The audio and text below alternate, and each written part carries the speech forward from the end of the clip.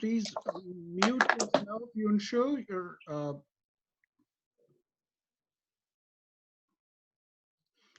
Right. So let's just see. Let's just give people a couple more minutes to sign on.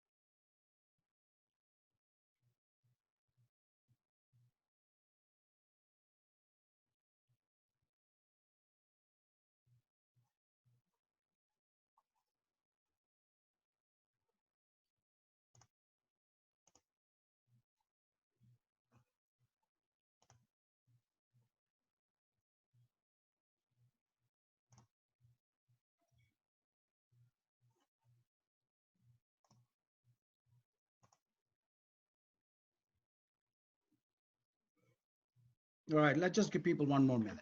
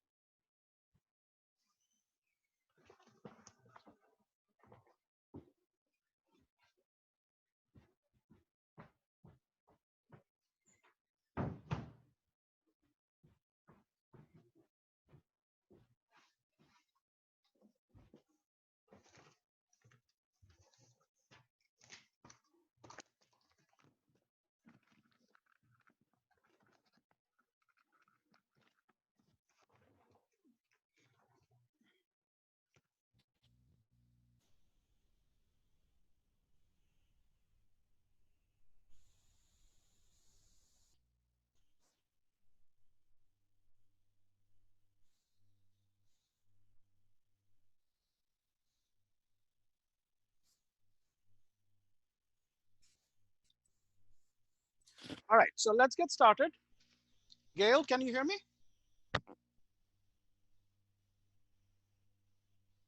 I can hear you. Excellent.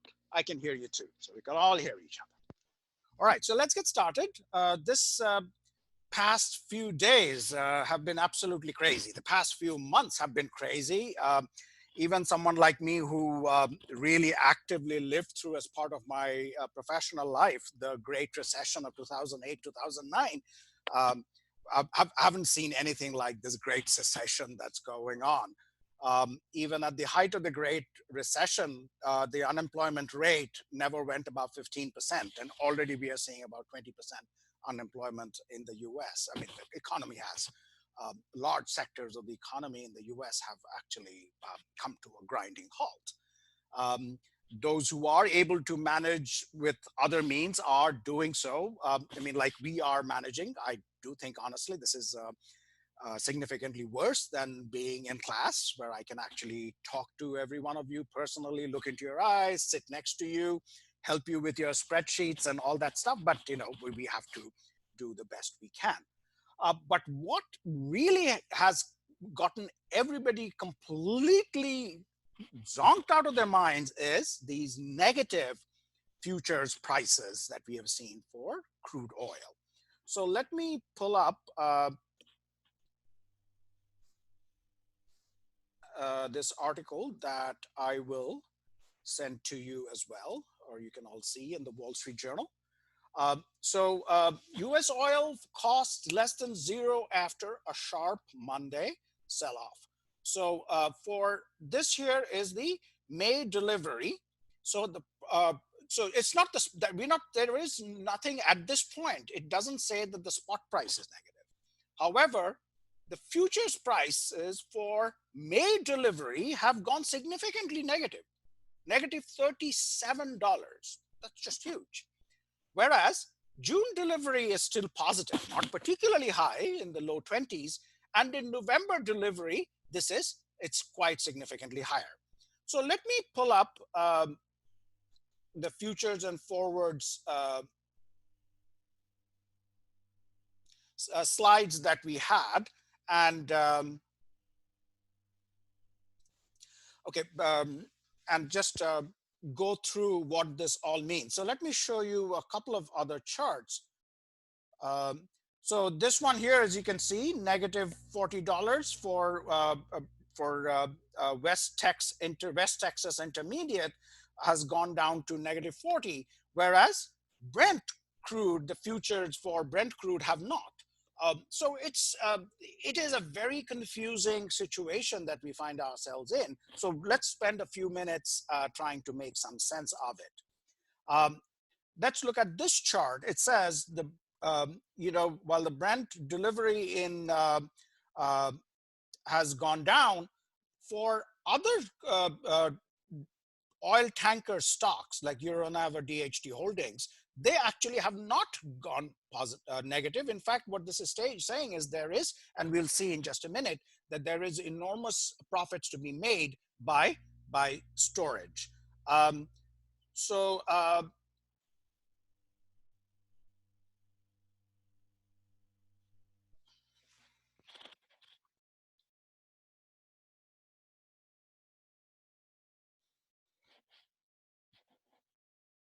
So read these paragraphs here.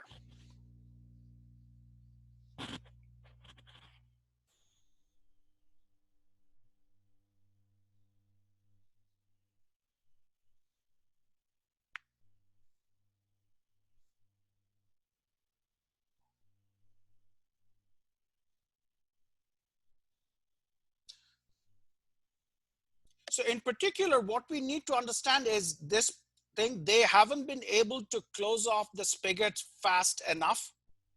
So this is what we're talking about, just excess supply of crude oil. It's not that straightforward to simply cut production in response to reduction in demand. So reduction in demand has been very, very severe, but it's not that straightforward to cut it down. And also running out of places to store. When you have so much excess supply, I mean, this is one of those things where you cannot just it's not free disposal. What makes a price of a product always positive is the idea of free disposal. Why is garbage, trash, considered a negative good? It has a negative price because you cannot just dispose of it. You cannot just throw it into the sea or into the river. You have to actually, if there is excess supply of it, you have to find places to store it.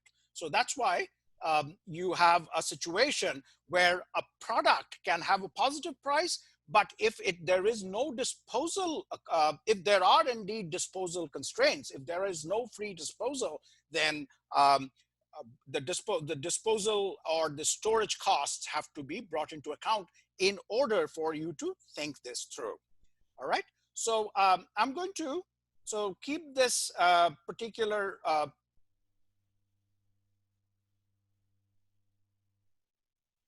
sorry, where is it? Yeah. So this particular graph in mind, the fact that May delivery has gone negative, whereas June delivery and November delivery have not. So I'm going to now go to the futures and forward slides. I've made some changes in order to accommodate this new development. I posted the updated set of slides on Blackboard as well. This part here is what it used to be. To keep this in mind, so what is the payoff risky for a long forward? K here is simply the forward price. So when you engage in a forward transaction, so a long forward, you are agreeing to buy the the product at the forward price K when the actual price of the underlying at maturity is ST minus K, which is unknown.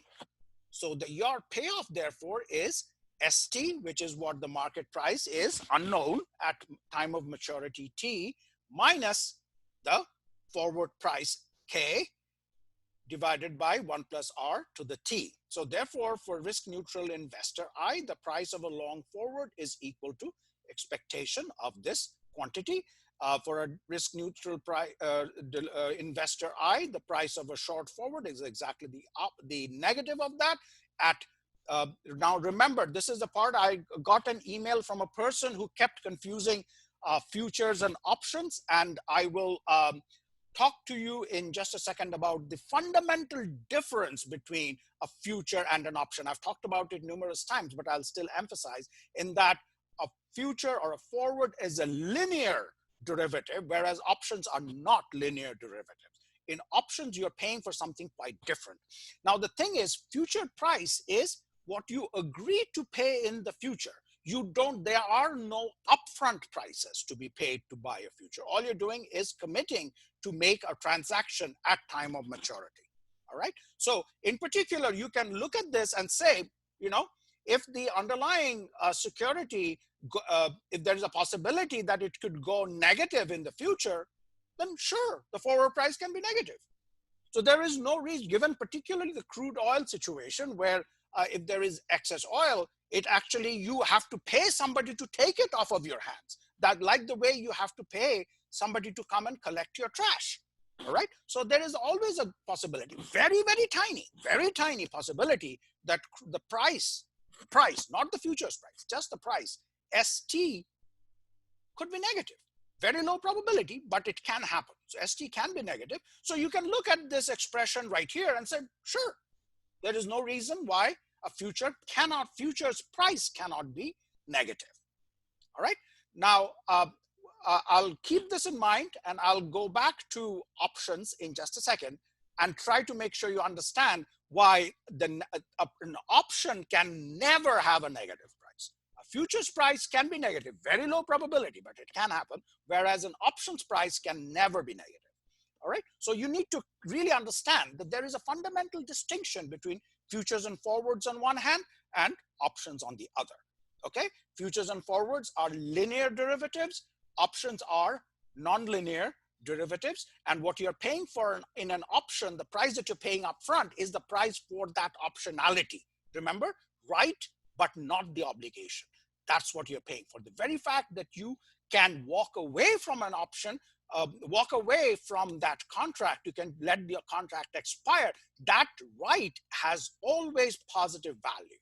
So therefore, the price of an option can never be negative. I'll come back to that and explain that a little more to make sure you fully understand.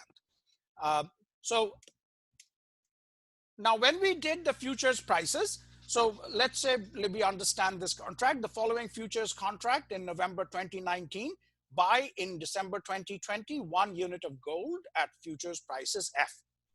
In December 2020, payoffs are negative F because you have agreed to purchase that particular underlying security, 1 unit of that, in this case, gold. So in December 2020, you have to pay negative F in US dollars and you get 1 unit of gold. So if you consider the following portfolio where you borrow F divided by 1 plus R today and buy 1 unit of gold, what are the payoffs of this contract? In December 2020, you have to repay that amount F divided by 1 plus R. So that has become F. So it is negative F in US dollars plus 1 unit of gold that you will have to pay. And this is what we are going to change this assumption in a short while. This 1 unit of gold stays 1 unit of gold because there are no storage spoilage costs or growth convenience costs. So therefore, if under these assumptions, there is no storage spoilage costs or growth convenience costs, then the payoffs are exactly the same for this particular contract that you have created and the futures contract that you're trying to evaluate. So therefore, it is what we call a replication portfolio. So this gold futures, action at 0, buy 1 gold futures, that's what you're trying to evaluate. Action at 0, borrow F divided by 1 plus R to the T and buy 1 unit of gold. What are the flows at 0? Because remember, once again, for a future, you don't pay anything up front. So the flows at 0 for the futures are 0. And at T, the flows are ST minus F. You have the right and the obligation. This is the part that you need to keep in mind, right and the obligation, which is what makes this completely different, or well, different from an option, and which allows for negativity. We'll see that in just a second. Now, you borrow F divided by 1 plus R to the T. So what's the flow to you at 0? You get F divided by 1 plus R over to the T. Buy 1 unit of gold, you have to pay negative S naught, which is the price of gold at time T. What is the flows at time T? Plus F divided by 1 plus RT minus S naught. The flows at T are ST minus F. So this is the idea that the gold futures flows at T equals ST minus F. The replication portfolios flows at time cap T, the time of maturity, are also exactly equal to ST minus F. These two portfolios provide identical cash flows at time T, regardless of your information or your attitude to risk, or what the price of the portfolio of the underlying security will be at time T. All right. So this is, therefore, these two portfolios have exactly the same outflows at time of maturity. So regardless, so therefore they're replication portfolios, and therefore they must cost the same today. Otherwise, you can have riskless arbitrage. All right. So the flows at time T of the futures is 0. The flows of time T of the replication portfolio is plus F divided by 1 plus R to the T minus S naught.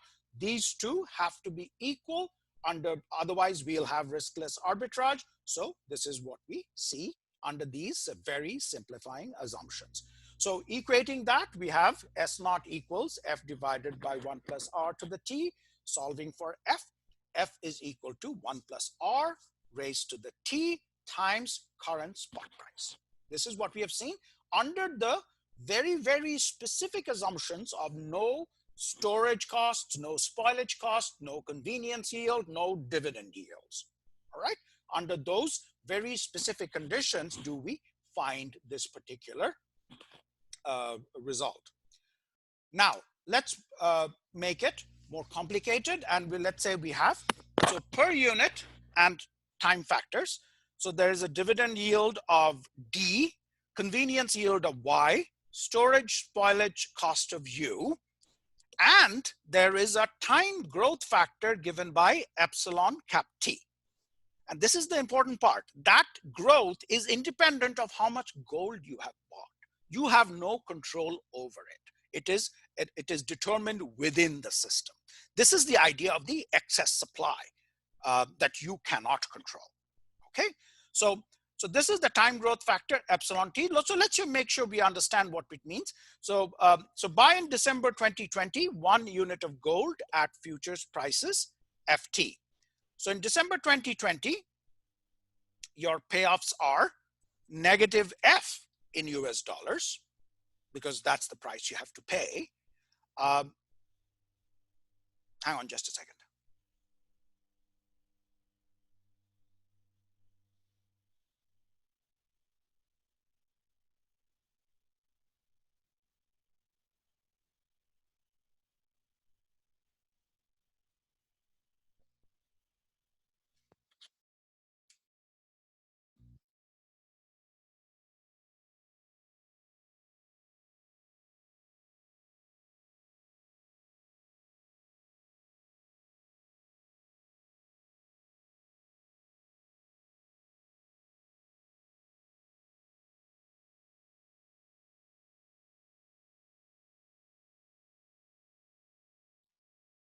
Okay, there is an error here. This should be just one. Okay, give me 1 second. I'll retype it and get back to you. Just give me 1 second.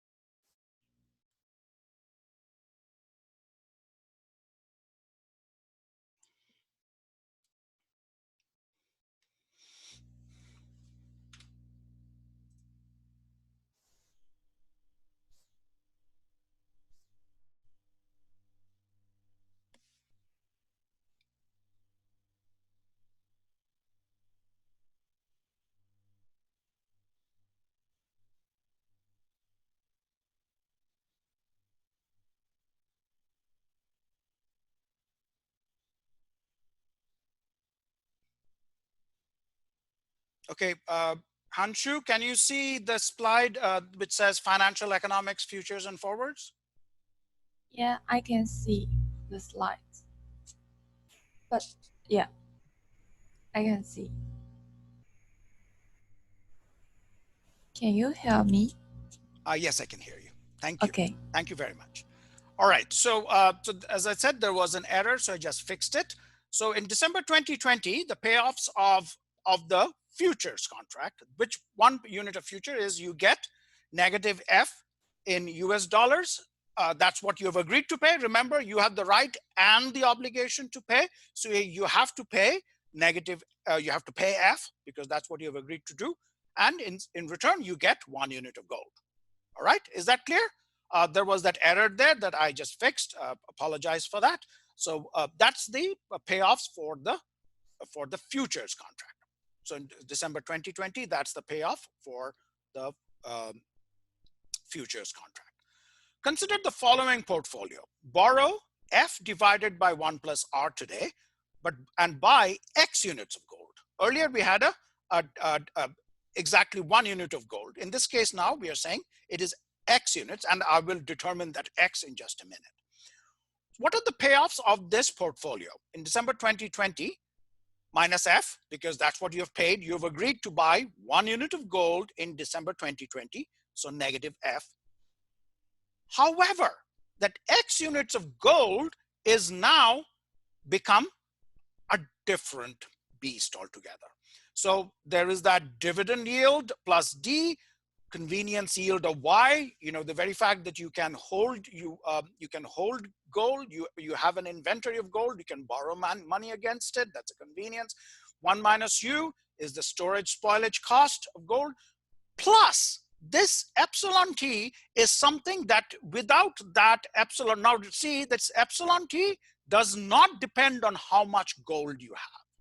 All right, think of it as excess supply throughout the world, that everybody who owns any amount of gold will have to deal with this excess supply epsilon T. That is a worldwide phenomenon that is not specific to your number of units of futures of gold you have. All right, so without that epsilon T depending on this, we cannot get negative prices. So negative prices, this is here, this idea that there is this global excess supply does not depend on individual futures. And that is the idea where it's very unusual, extremely unusual situation of demand for, I mean, you know, we haven't driven my wife, you know, before the Great Recession, she would drive to work every day, twice a day, 5 days a week. And I used to drive to Hopkins twice a week and back twice a week. We would drive regularly to New Jersey, to New York, to take our daughter to Hershey Park in Pennsylvania.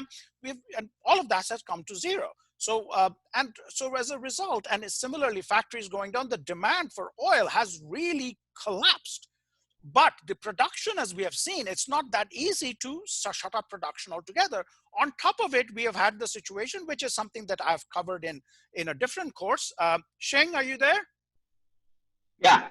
Shing can tell us a little bit about the excess supply of petroleum that we talked about in our game theory course, given that it comes from the fact that a lot of the suppliers in the world petroleum market are actually not value maximizing firms. A lot of them are countries where they actually have constraints to meet, and otherwise they'll just get thrown out of power. Like in Saudi Arabia, when unless they pay a certain amount of money to their constituents, the Saudi royal princes, they'll get thrown out of power. Similarly for President Putin in Russia, unless you pay the oligarchs a certain amount of money, they'll throw you out. In Venezuela, unless the President Maduro pays their military a certain amount of money, they'll throw him out of power. So as a result, what happens for any value maximizing firm, if the price goes down, you reduce supply. Whereas, and that's something, Shing, if you want to add a few words, please do so. What will happen in those kinds of situations, which is part of my research from a long time ago, we show that if price goes down, you will supply more because the amount you have to pay stays the same. So if the price goes down, so P times Q is constant. So whereas for a value maximizing firm, there is no such thing as P times Q being constant.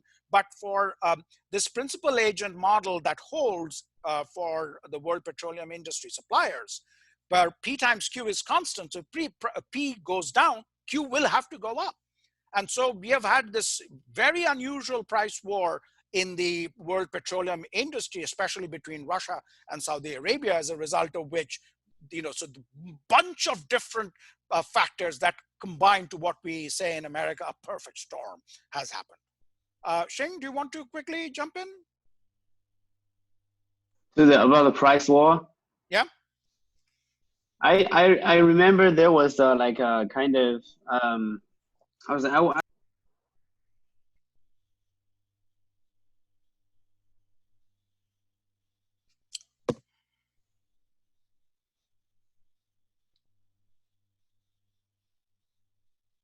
right, we'll come back to you. Okay. Okay. All right. So so this is the situation. So the payouts for this contract are this contract, this special contract that we have created is not what we had earlier. So what are the payouts for this contract? December 2020, negative F in US dollars, but in terms of units of gold, it's actually quite different from 1, depending on how big this U, Y, D, and epsilon are. So for this to be a replicating portfolio, this whole thing minus F, the payoff for this contract has to be equal to ST minus F. This is the payoff for this contract at maturity. If for this to be a replication portfolio, the value of X that meets this criterion, that's what's going to make it a replication portfolio. So if you solve for it, this turns out to be X equals 1 minus epsilon T divided by 1 minus U plus Y plus D to the T. That's the value of X for which that portfolio, which we created earlier, will be a replication portfolio. So let's make sure we understand. Sorry for this really bad looking table. So hopefully you'll still understand. The gold futures are exactly as before. The replication portfolio, the action at 0 is borrow F divided by 1 plus RT and buy not 1 unit of gold, but this 1 minus epsilon T divided by 1 minus U plus Y plus D to the power T units of gold. What are the flows at 0?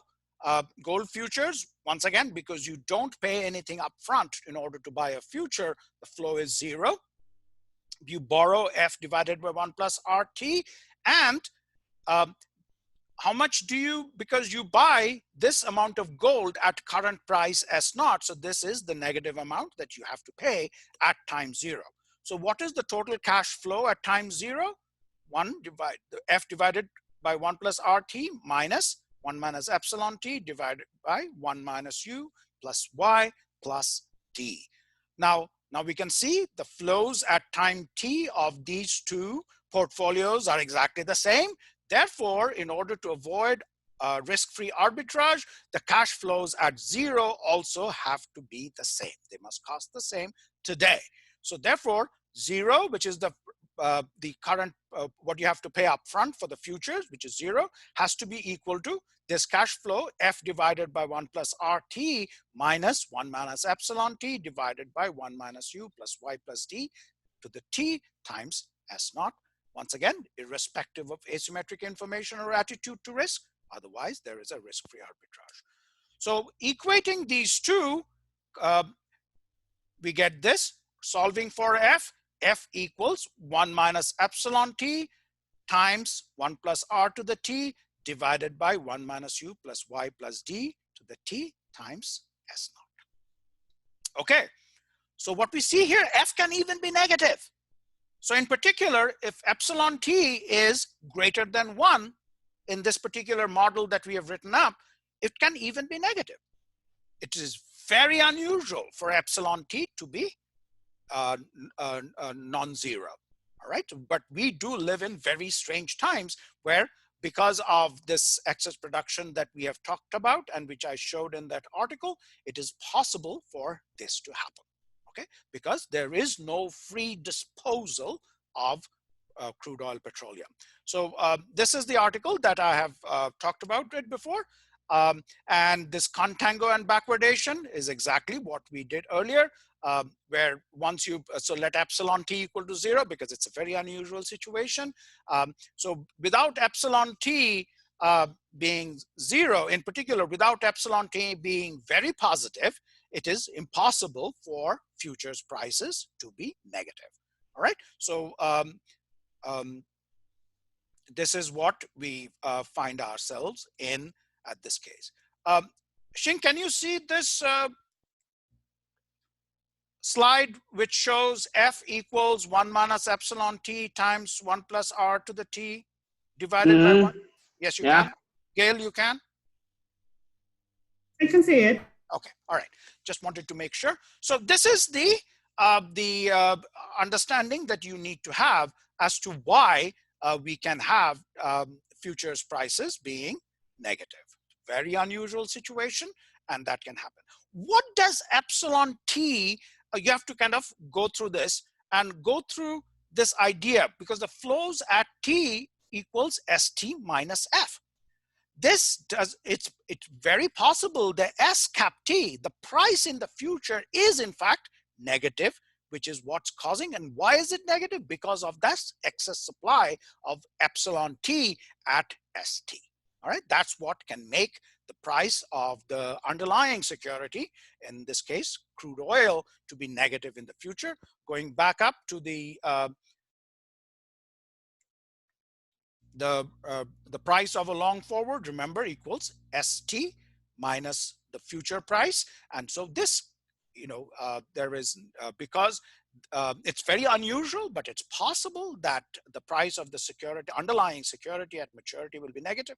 So it's possible for futures prices to be negative. Any questions? Yes. What is the difference between a future and forward? Oh, that's the a forward is, it's like the difference between private equity and public equity. Private equity can be, you know, it's an arrangement you and I come to.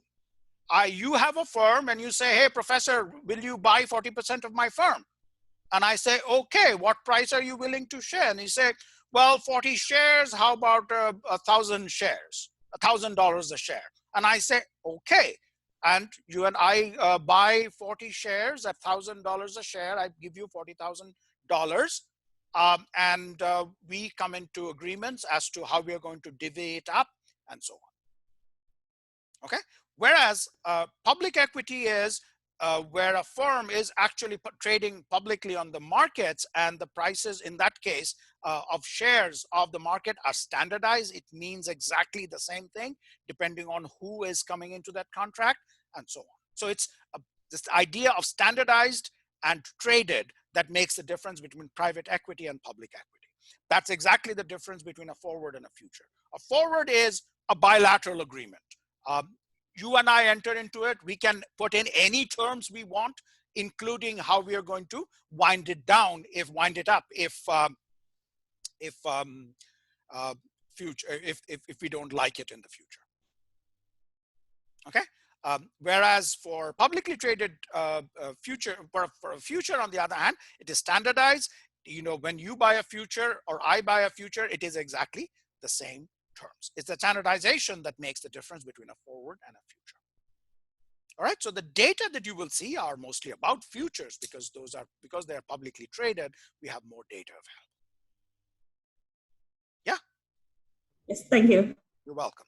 All right, I'm going to close this and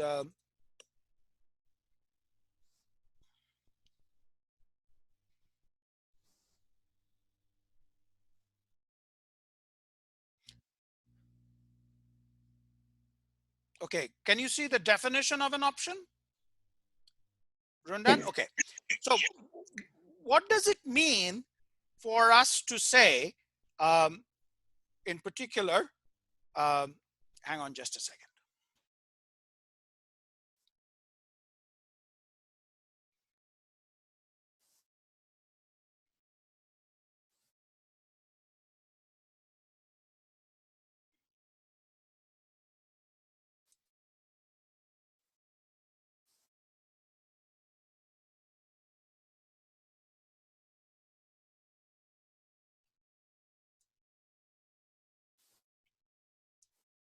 So here I've gone to the CBOE's website, and this is the I'm going to put, this is the, I'm looking at options on the current price of options for Tesla. So let's look at the options chain for Tesla.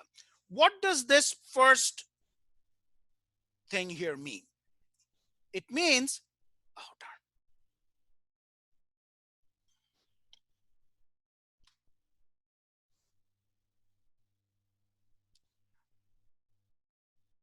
So there's a strike price for Tesla at $732.50. Right now, the price of Tesla is $735.89. This here is a call option, which gives you the right, but not the obligation to buy Tesla stock at $732.05. And the bid for that is $31. And the ask for that is $31.45. This is for an option that expires on April 24th, 2020. So let me repeat this once again. So this here, an option is the right, but not the obligation to buy Tesla stock anytime between now and April 24th at a price of $732.50. That's the definition of an option. The right, but not the obligation. And this is why the price is positive, and even on the other side, also the price is always non-zero. Because you have the, remember in futures, a future price is simply, it's not something you're paying up front. It's the price you're agreeing to buy or sell, depending on which side of the contract you are, at a particular price at a particular time in the future. The right and the obligation is what defines a futures or a future or a forward. An option is very different. It's a non-linear derivative. You have the right, but not the obligation. That's why it is for that optionality that you pay the premium. And so the premium is always non-zero. Sorry, it's always non-negative. Very rarely it is at zero, but that's just simply saying it's just close to zero, or it's close to free. That optionality is worth nothing. If you have, and you can, we have seen those kinds of things a lot. In particular, let me just look at.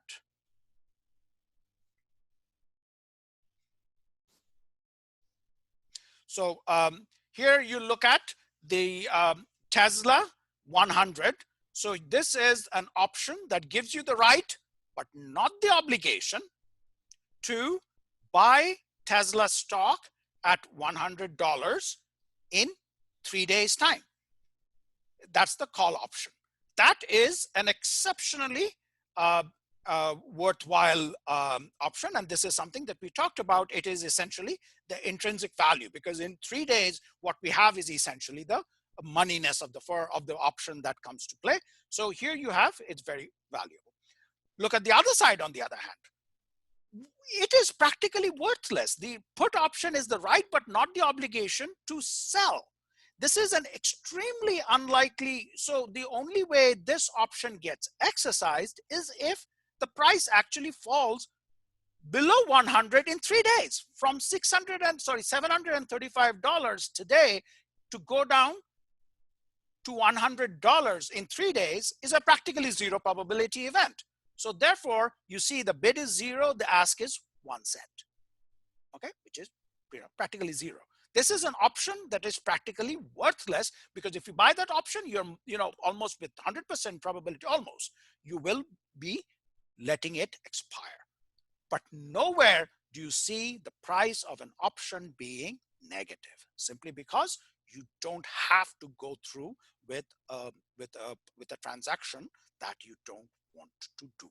All right, so that's why an option, because of the nonlinearity of it, will never have, because nonlinearity of it, and the nonlinearity in that very specific way, as we have discussed, that these hockey stick diagrams of the payoffs that we have talked about, it is never the case that the option price is negative. Any questions?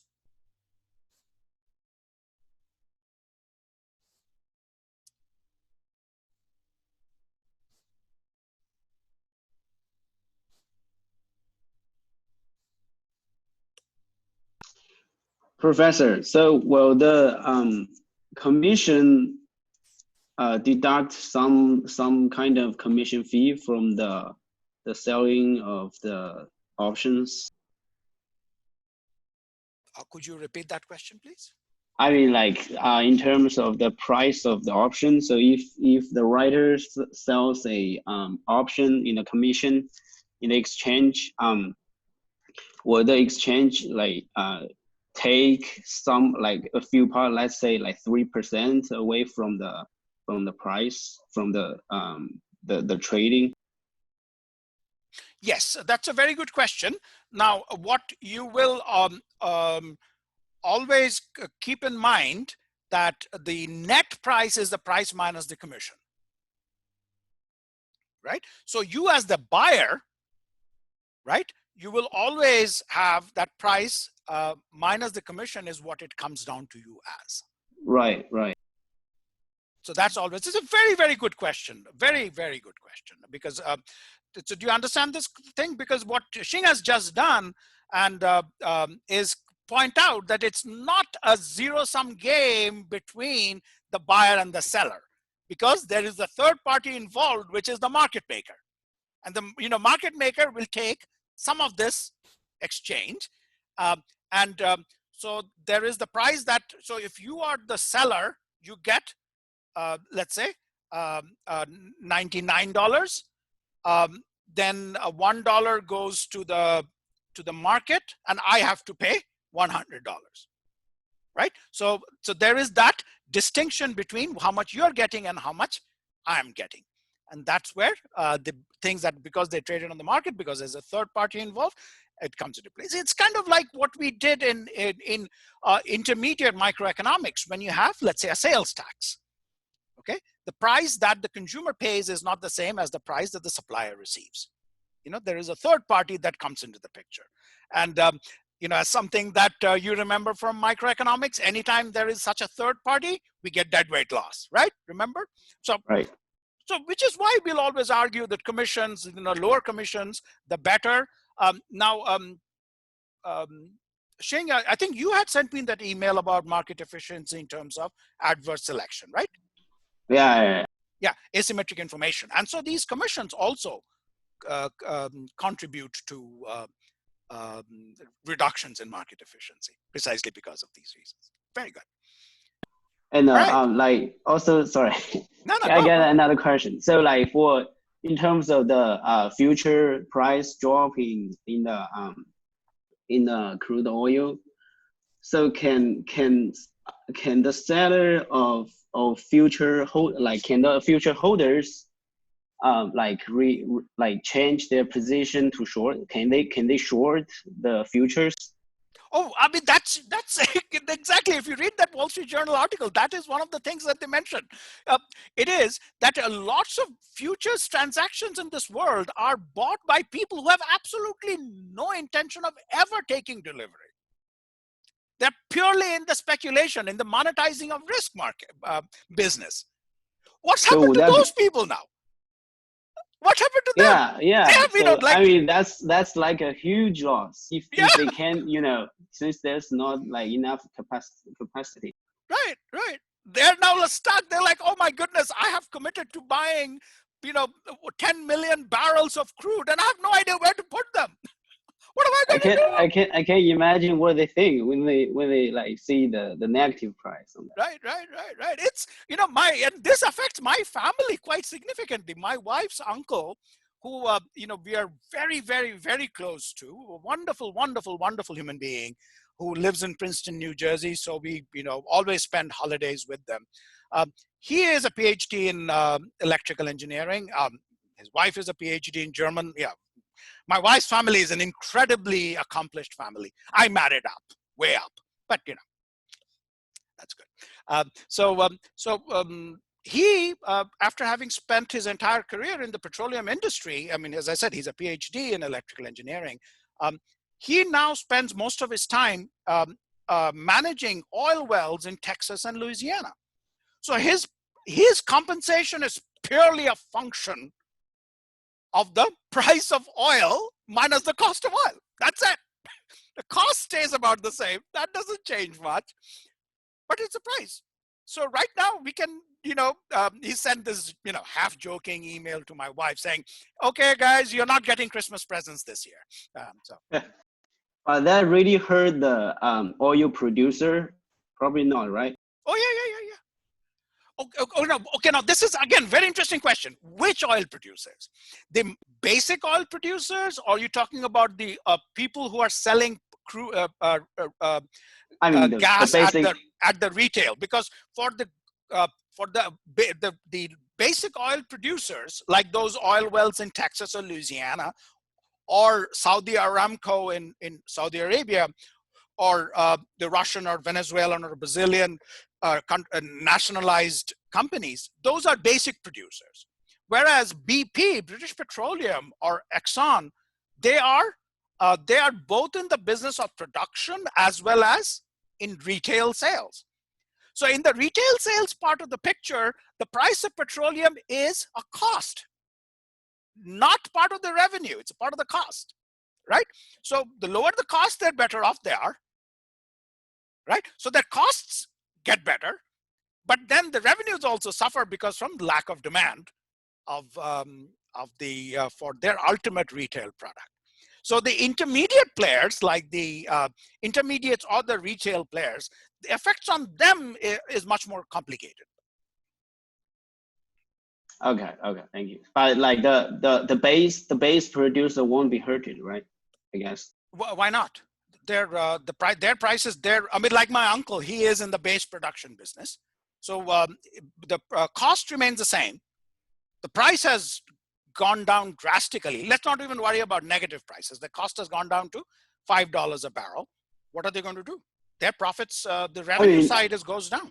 I mean, that might but I guess they probably have signed the future contract with the holder, like probably prior May, like probably a lot of months ago. So right. I guess they shouldn't be hurt. Right, not now. But what about people signing contracts with them for the future?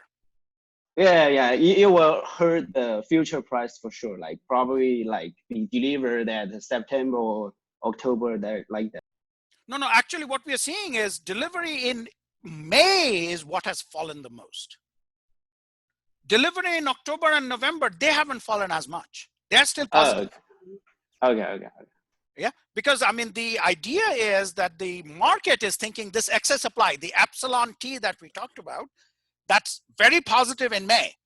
There is huge amount of excess demand. What is excess demand? This epsilon T is the excess demand from because demand for oil, for crude oil, whether in retail or in production, etc., that has gone down drastically.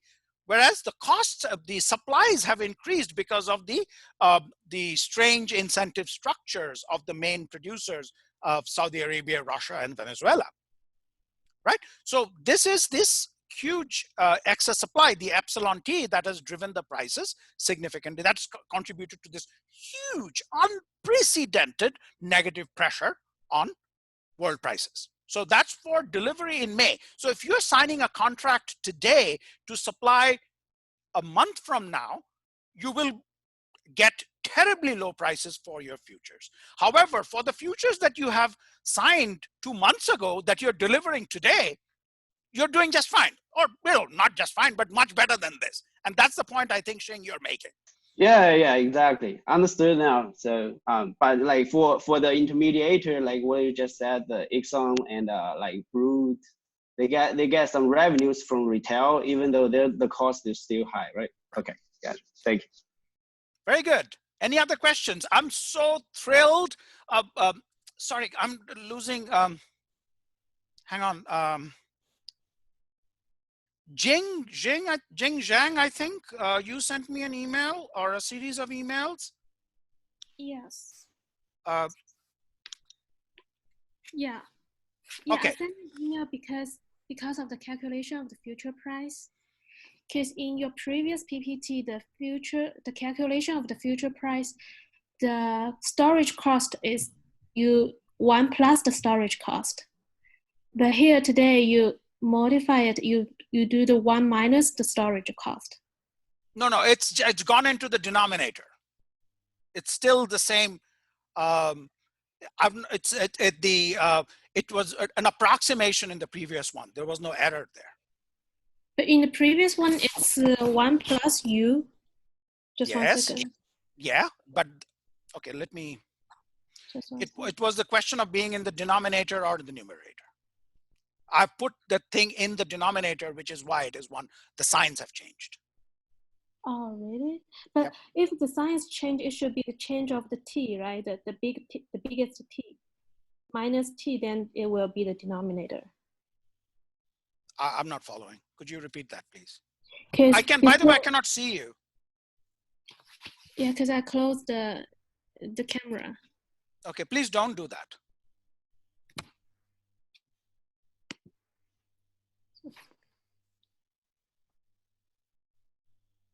Just 1 second.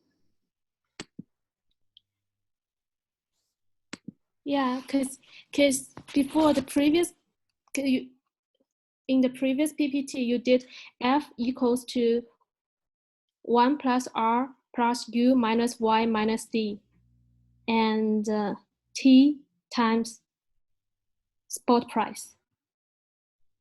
Yeah, but that's gone into the denominator now. So that's why the signs have changed. But if you go to the denominator, the T gonna be minus rather than the others. No. That's not the point. The point is, go back to what we are talking earlier. In the previous slide that I had, it is derived from this, but it is like when we do real interest rate and nominal interest rate. All right. So the nominal interest rate is 1 plus R to the T divided by 1 plus inflation divided T. But that can be approximation. Anytime something is in the denominator, you can put it into the numerator. For small changes, you can approximate that by changing the signs. Okay, because I asked my previous professor about this calculation, and my previous professor said it doesn't work in the real life. Okay, please ask your previous professor to send me an email. We can, most likely you misunderstood your previous professor. Okay. Okay, all right. Any other questions? About the same oil prices. So what I understood the future contracts to do is to like take away risk from the buyer.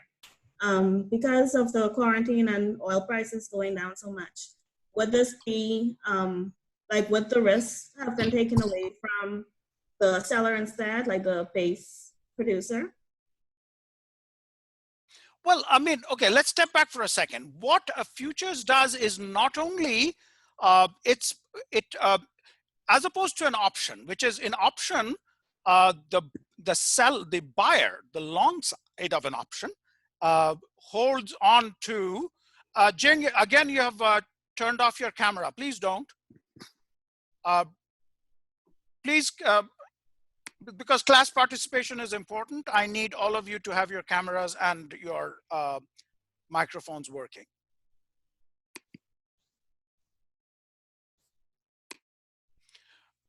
All right, so that's why the sell in an option, because I have the right but not the obligation, the long side, the buyer manages one's risk to not have to pay beyond, to not have the obligation to, let's say, if a call option, to actually buy at the price of the option, at the strike price, right?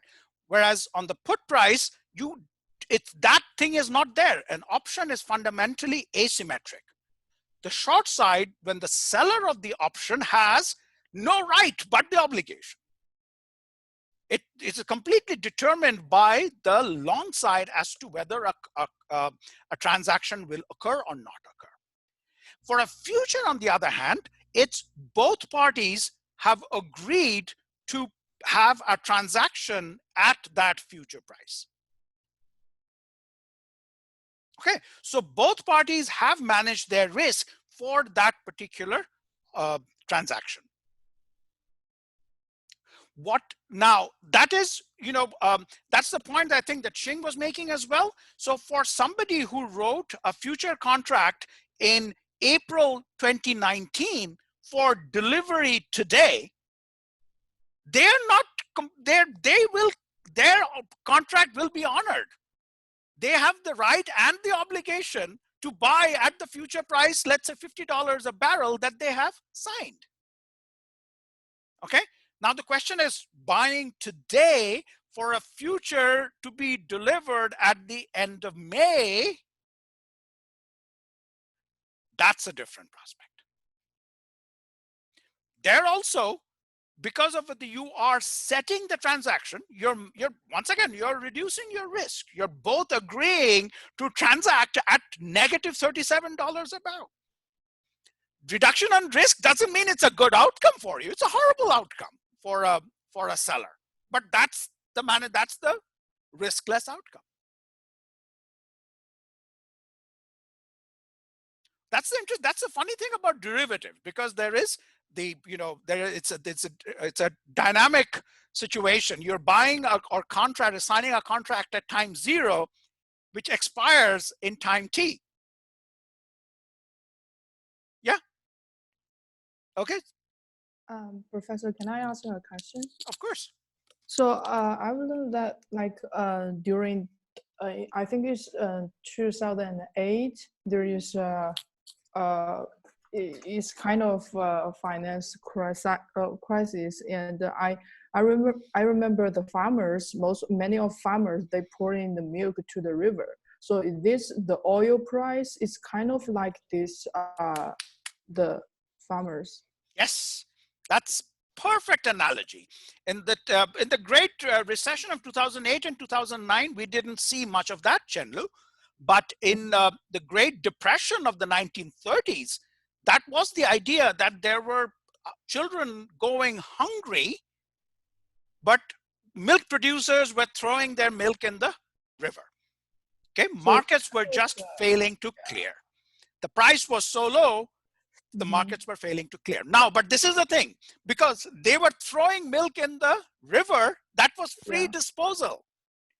That's why the price actually never became negative, right? But with petroleum, you cannot just throw it in the river. You could 100 years ago, but now you can't. The environmentalists will come and grab you by the throat, right? Because there is no free disposal, you cannot get yeah, I understand. I get it. This the situation of the 1930s of people throwing milk, and prices can actually be negative because of that epsilon t being substantially positive. Okay. Thank Okay, you. this is a perfect storm. And that's something as Xing was mentioning, we've discussed in detail in my game theory course. For those of you who are interested, I will post some of my papers, which are not finance papers, which are in industrial organization, which talk about why prices can go incredibly low when there are price wars. On top of it, when the producers have incentives that are different from value maximizing firms. All right. Any questions? All right. Professor, I get last question. So Absolutely. would Actually, be you know what, would Xing, let's, because we need to finish off with options today. Look, I'm very, very glad that we are having this discussion about futures, because as I've mentioned to you, this is a finance course and it's not an abstract math course. It is about discussions about things that occur in real life. So the very fact that we're having this discussion is fabulous. So yeah, but we will, Xing, maybe Mavis also wanted to have a chat offline. So maybe we can have this weekend set up another call where for completely voluntary, completely non-mandatory conversation where we can just sit down and shoot the breeze about this. Okay, Xing, so I'll let you have one last question and okay. we'll move on to options. So no, but go. Okay, so would be long put be a like good strategy to hedge the potential loss from such like price drop? Yeah, right. Exactly. A long put is a good strategy. A protective put is even better. Cool. Thanks. Yeah, that's what we know. That's the great thing about options. Why are options such a big deal in today's world? Is because of the risk management that you can do with them. Agree. You know, and we have just scratched the surface. When I teach advanced derivatives, we go into incredible detail on the kinds of portfolios that we can have. We have talked about just a few portfolios in this course, right? And we have done all the payoff diagrams and everything. You can see how those work, but options can be extremely helpful. All right, so now we're going to get to Black-Scholes, which is one of the most important mathematical expressions in economics and finance, in fact, in really all of intellectual advancements. Nobel Prize winning work.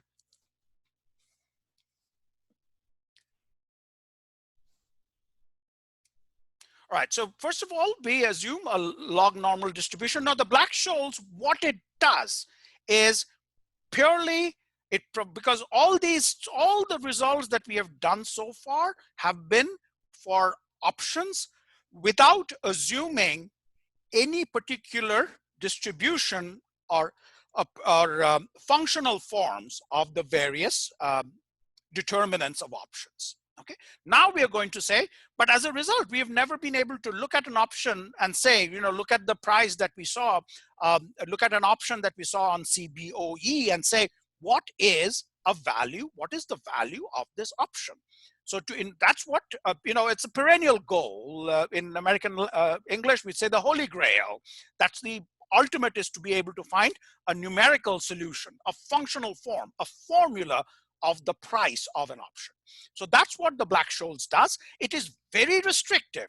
It only provides, and this is something you keep in mind, it only provides formulas for European put and call options under some very specific assumptions, in particular, no splits, no dividends.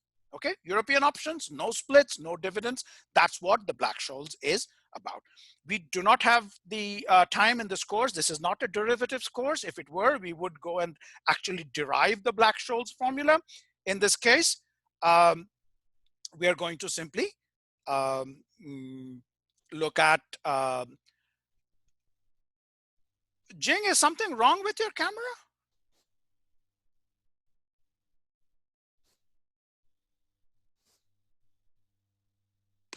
Hello? Jing, all I see is the ceiling. Yeah, because I don't want to look at my face because I'm afraid that there is a hike. Because there is the Snowden. Do you know the Snowden? That's why I usually not open the camera. I'm afraid in my daily time, I always use some sticker to close the camera because of the Snowden. Okay, we might as well all stop our courses then. I guess that doesn't apply to the rest of us. Okay, as you wish.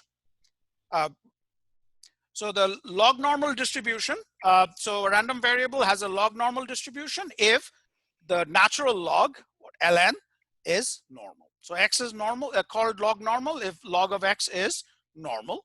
So, excuse me. So we actually model the returns as normally distributed. Okay, why could not we model the prices as normal? Can somebody quickly tell me? There's a fundamental. Yeah, because the price is positive all the time. Right, so. Exactly. As we discussed earlier, the prices have to be positive. So if something is normally distributed, then there has to be a positive probability of it being negative. So it's just not meaningful to model the price as normal. But returns can be negative or positive, and that's what we are modeling as normal distribution. So so S naught is the current price of the underlying asset. S cap T is the time T price of the asset, and the normal distribution with mu and sigma squared. The returns are ST over S or ST minus S naught over S naught.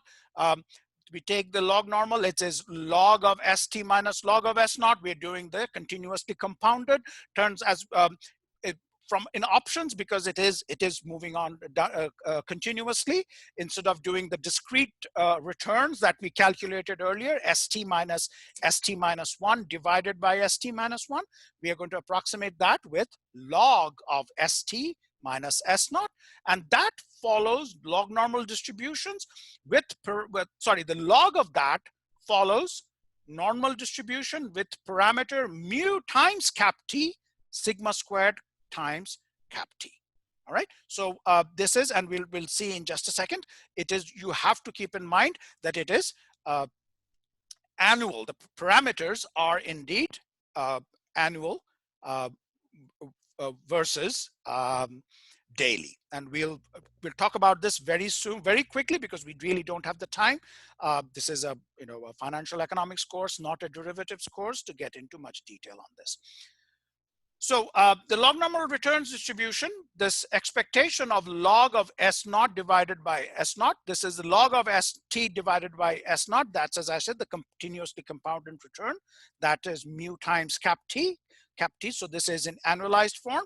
So similarly, the log of ST minus divided by S naught, which is the return, the variance of that is sigma squared times cap T, which is, these are all annualized returns and volatilities. Okay, so mu is the expected annual return, log return. Sigma is the expected annual, sorry, not expected, this is the variance. Sigma squared is the variance of the annual log returns. Okay, so that's the log normal distribution that we've talked about. Sigma is the volatility in annualized terms. That's the thing that we keep in mind over and over again. This is purely in annualized terms. Okay. So the Black-Scholes model, as we've said, you absolutely need to know it. Doesn't mean it always works. And it is the benchmark model for option pricing, no matter in what situation you find yourself. You have to do the Black-Scholes model. Mavis, the question that you asked earlier, when the email that you sent me about that not being able to replicate my numbers, and that's absolutely fine. And one of the reasons you were not able is because in that particular thing, in the analytical cell case that I've given you, what you're valuing is warrants, not options. Okay, and in this case also, Black-Scholes is the first approximation that you would go to. Doesn't mean it is absolutely correct, because it depends on various different factors. So, and the point that I've made earlier, it's only applicable to European options.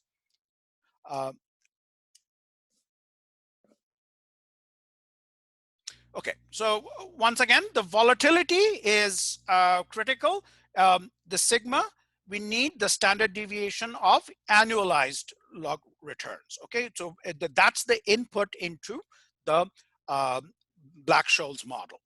So one of the fundamental assumptions in the Black-Scholes model is that this volatility is constant. All right, so always keep in mind that this is a strong assumption. To assume that the volatility of the underlying security is always constant is a strong assumption. But like any model, it depends on the assumptions you make. A model is only as good as the assumptions you make. So, you know, I'm the first to always say, you know, you need to absolutely know the Black-Scholes model, but you also need to know when it doesn't work. And if you are at the options trading desk at Goldman Sachs, you will need to know do the Black-Scholes model, and you will need to figure out ways to improve it as well. All right. So now this volatility is constant. Okay. So what is that volatility? All right. So you can do from historical, you can look at the particular security and say what has been its historical volatility. All right. Or from options prices, there is this idea of implied volatility, which we will discuss in a short while. All right. So the volatility, because it's a very important input into it, it comes into this place. And we will see historical volatility. What is the appropriate history? Do you take last month's data? Do you take last quarter's data? Do you take last half year's data? Do you take last year's data? Do you take last 2 years data? Do you take last 5 years data? What is the right thing to do? There is no clear answer. The more number of data points you have, the more precise your estimate is. If you take 5 years data, you will have more precise estimate, but the precision might be mistaken because what you are using is a lot of stale data. So the longer the period is, the more precision there is, but there is a lot of stale data that you're also using. All right, so it's a judgment call that you would have to use if you're using historical volatility.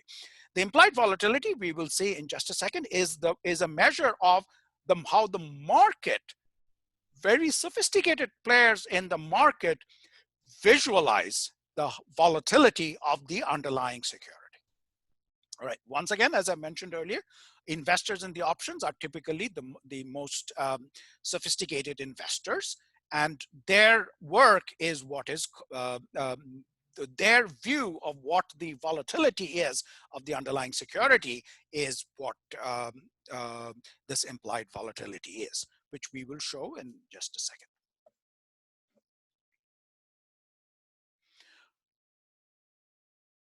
Okay, so this here is the call pricing formula in the Black-Scholes model. There is this, so first of all, the notation, which we have used before, 0 is current date, cap T is the maturity date, K is the strike price of the option, S0 is current price, S cap T. Professor, I'm sorry. I think we missed an assumption. It is that we should also assume the return between one period is independent of another short period of time. Right. Okay, so mu and sigma, as you can see, expected return and volatility of stock, that stays constant. Thank you for that, Yunshu. The very fact that I have mu and sigma there and not mu T and sigma T implies that. R is the risk-free rate of interest. Also, it's saying that that also does not change over a period of time. Once again, that's a strong assumption. As we have seen, the risk-free rate of return now is practically 0, whereas even in the beginning of this year was about 2%. So, so that changes a lot as well. So C and P are the prices of the call and put option. Once again, this is purely for European options. So the call price is a function of S0 times the cumulative normal distribution of N at D1, where D1 is given by this expression below, minus E raised to the negative RT times K times the cumulative normal distribution of D2, where it's given by D1 minus sigma square root of T. Absolutely no need ever to memorize this. I could not repeat these to you either. What I will do is walk you through the spreadsheets. If you ever find yourself needing to do these calculations, just use my spreadsheets. They have been tried and tested over many, many, many years. They are correct. So please feel free to do this. And this is the expression for the Black-Scholes call prices. And similarly, the price of a put in the Black-Scholes model is given by, as you can see, the present value of K times N, the cumulative normal distribution of negative D2 minus S naught times the cumulative normal distribution of negative D1, where D1 and D2 are as defined earlier. Let's now actually go to do some calculations. So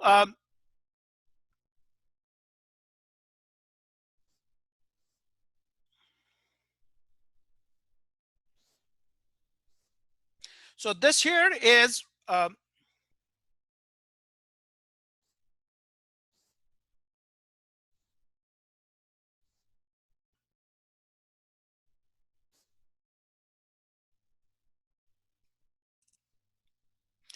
so this is your Excel file number 24.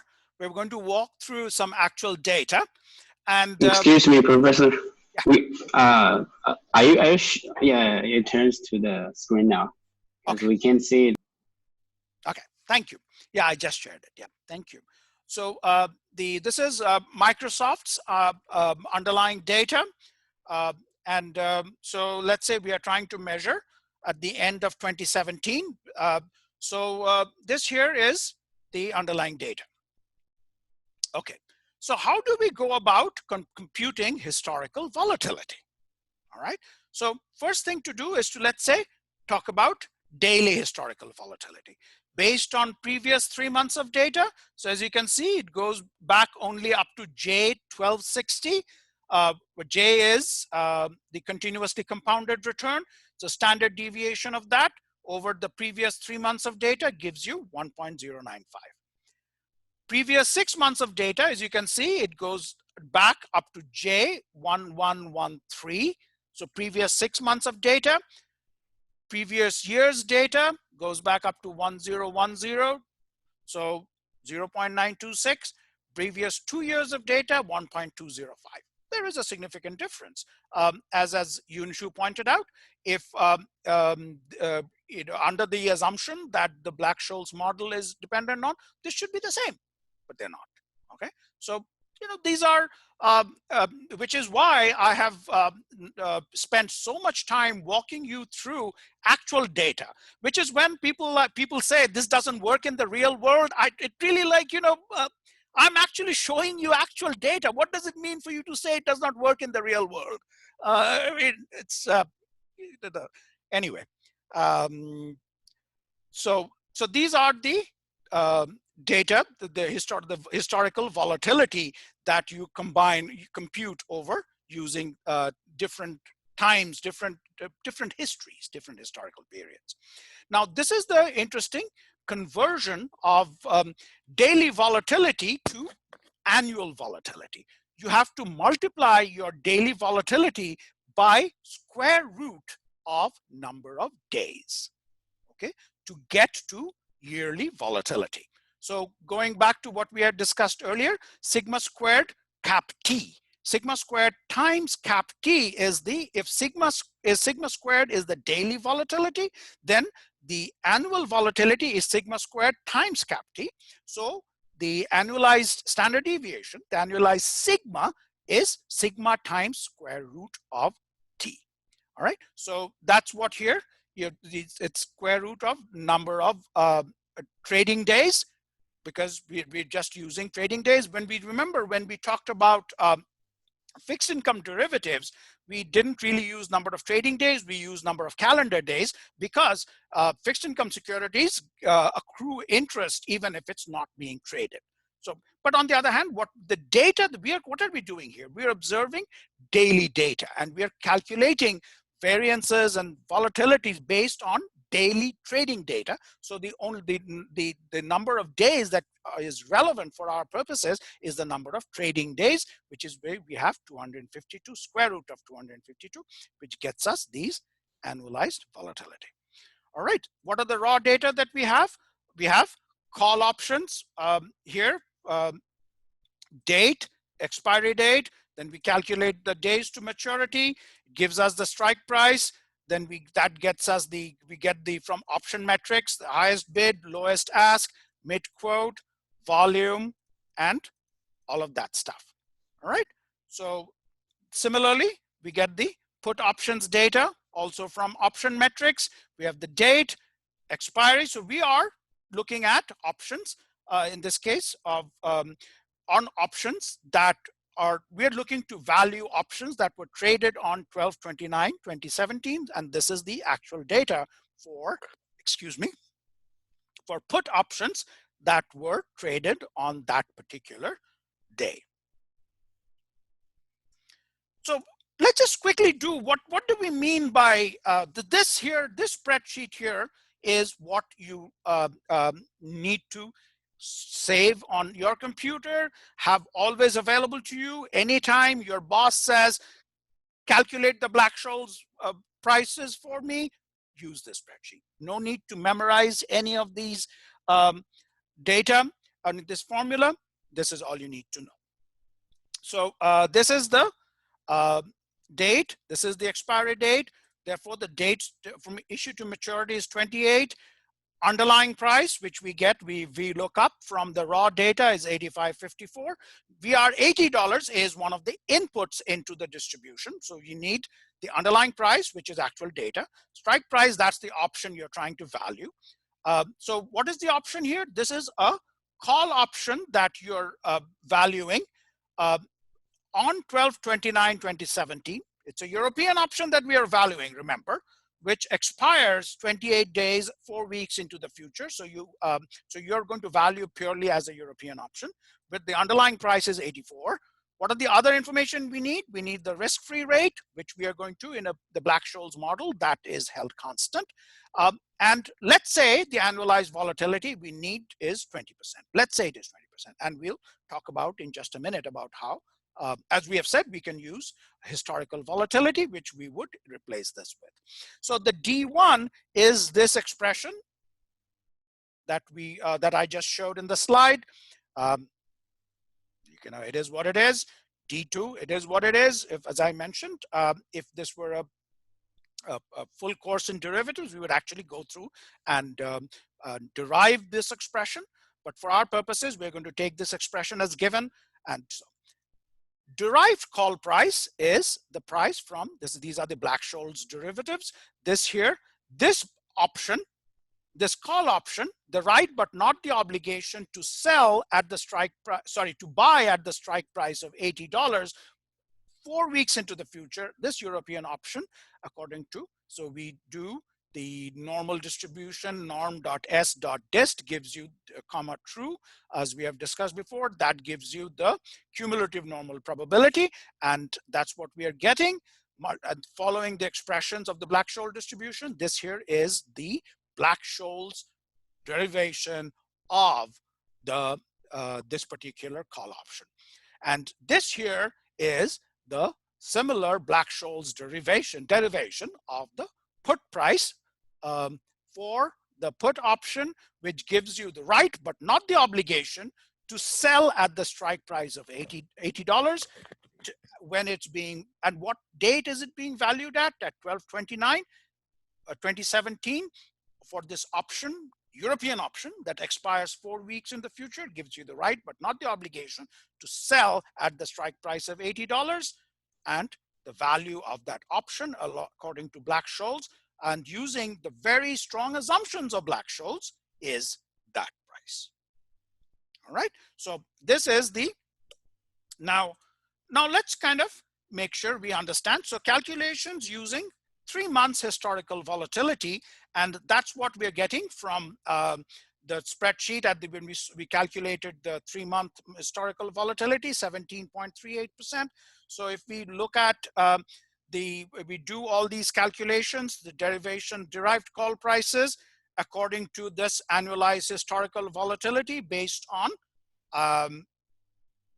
3-month maturity, sorry, not 3-month maturity, 3-month historical volatility.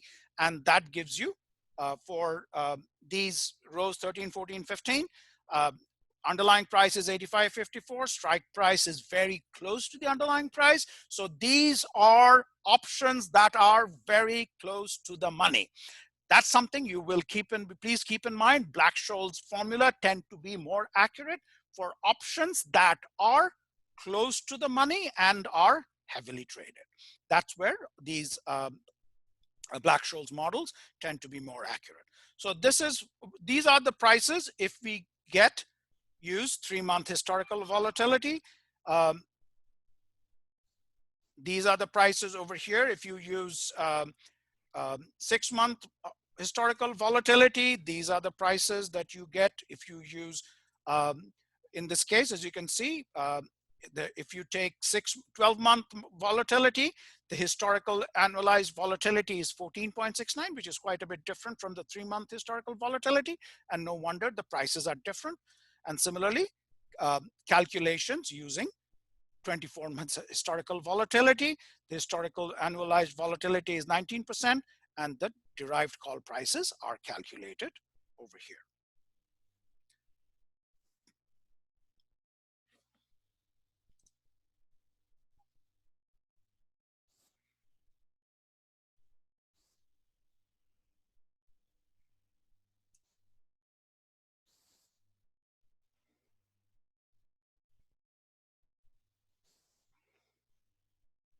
Professor, can the Black-Scholes formula create like a estimation of future price?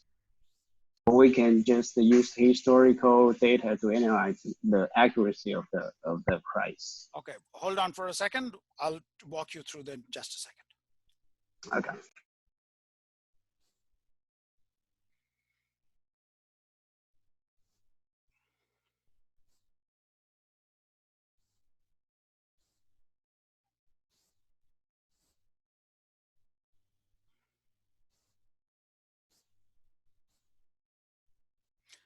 All right, so so going back to what Xing mentioned, well, let's see how good Black-Scholes is. So let's take for these options.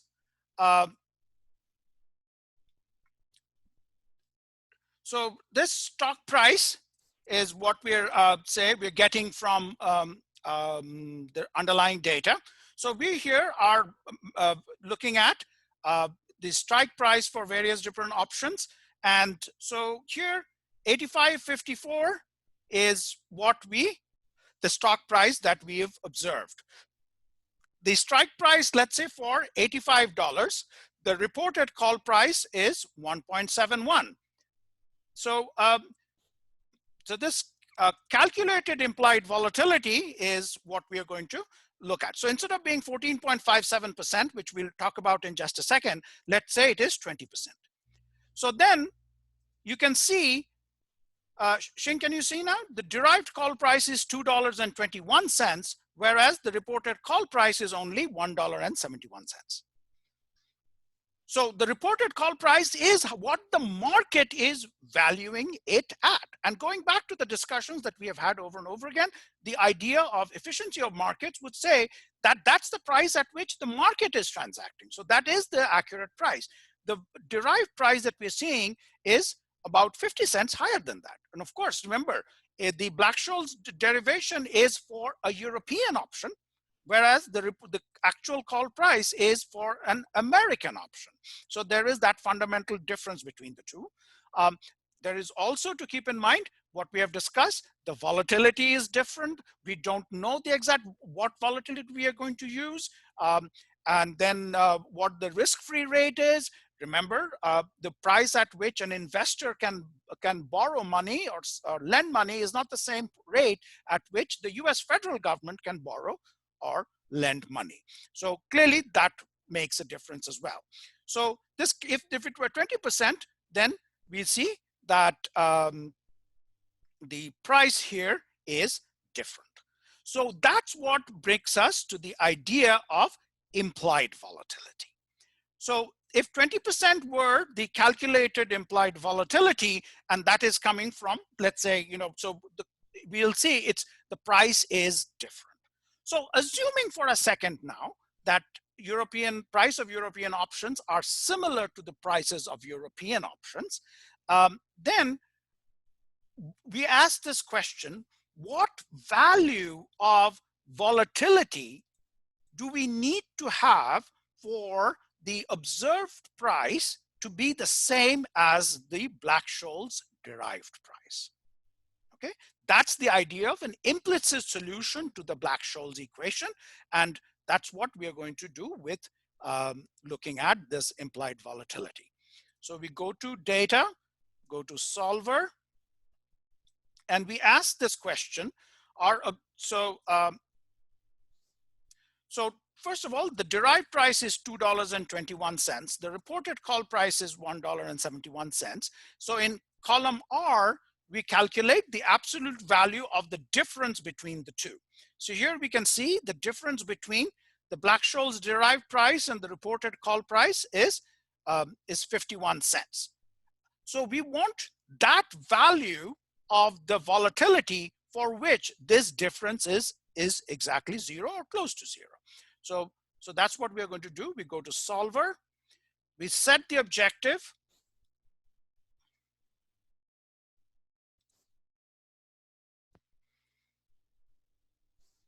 R13. What do we want to do that? We want to minimize this by changing variable cell M13. Our objective is to minimize that the difference between the Black-Scholes derived price and the observed price, R13, by changing the variable cells M13, which is the volatility cells. Volatility is always non-negative, so we need a check mark there. Solve it. Okay, and we get the number 14.57%. So once again, under the assumption that there is no huge difference in price between a European option and an American option, which, as we have seen before, is often holds for a stock that does not pay dividends and does not have splits. So in this period between 12/29 and 1/26. 2018, in this period of 4 weeks, there were no dividends paid out. So it is actually a reasonable assumption to make that, that the price of a European option will be the same as the price of an American call option, because early exercise of such a call option is not optimal. So 14.57% is then the volatility that for which the reported call price is exactly the same as the Black-Scholes derived call price. That is to say, the players in this market, the sophisticated investors in the options markets for Microsoft stock, think that the volatility of the underlying stock, that of Microsoft, is 14.57%. Okay, so that is the critical thing to keep in mind when we talk about implied volatility. Similarly, you can do implied volatility for put options as well. So let's say the same day, 12/29, 1/26/2018, days from issue to maturity, 28. The shorter the period, the more accurate the Black-Scholes, because the shorter the period, a European option more closely approximates an American option. So the reported put price is 1.04. What happens if we have volatility being 20%? Then we can see the reported put price is $1.04, whereas the Black-Scholes derivation is $1.59. There is a 55-cent absolute difference between the reported put price and the Black-Scholes calculation. And that difference is what if for that value of volatility for which this particular price, this particular volatility number, that particular value of the volatility for which the difference between the observed put price of the option and the Black-Scholes derivative of the option, that difference is zero. That value of the volatility is what we'll call the implied volatility. So let's use the solver. So in this case, let's take, we want to do our 13.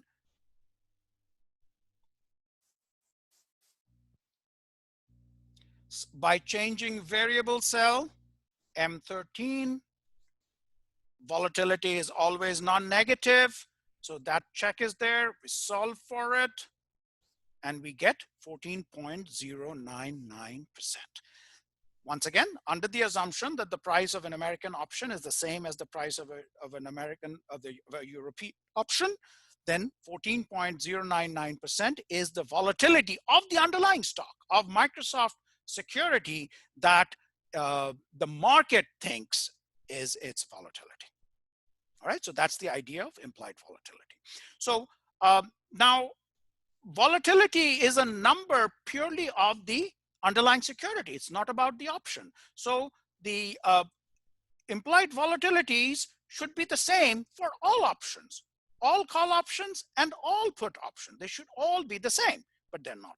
Now, one thing to these column M in both those spreadsheets are the implied volatilities that we have calculated in these spreadsheets. Now, one of the great things about option metrics or BE, all of these exchanges actually report implied volatility as well. So those are the reported implied volatilities. As we can see, they tend to approximate our calculations pretty closely and so on. All right. Now, once again, whether it be reported implied volatility or implied volatility as we have calculated using solver, they should be identical for a particular day because the volatility is not about an option. It is about the underlying security. So what then? Why are they different? Well, one of the things that I use in my book is this variation of implied volatility across options on a particular day as a metric for the deviation of a market from perfect efficiency. All right, so that's now one of the things that we find is that for options that are very close to the money, the implied volatility tends to approximate actual volatility much better. And also options that have a lot of volume tend to have the implied volatility be a better approximation for actual volatility. So this actual volatility is a strange beast, as Yunshu pointed out, that we assume in this whole thing that it's kind of constant. So what is that actual volatility? So what as I mentioned, the implied volatility is much more accurate as an estimate of the actual volatility, but only for options that are close to the money and also options that are heavily traded. So then if we want to use value options that are out of the money, let's say here on row 3 for an option that is the strike price is $80. If we want to value it, what we often do is, in addition to the historical volatility options that we just discussed a few minutes ago, we also have the alternative to use implied volatility for calculated from options that are closer to the money and also from options that are more heavily traded. All right, so it's 11:40. Let's break for 15 minutes and reconvene at 11:55.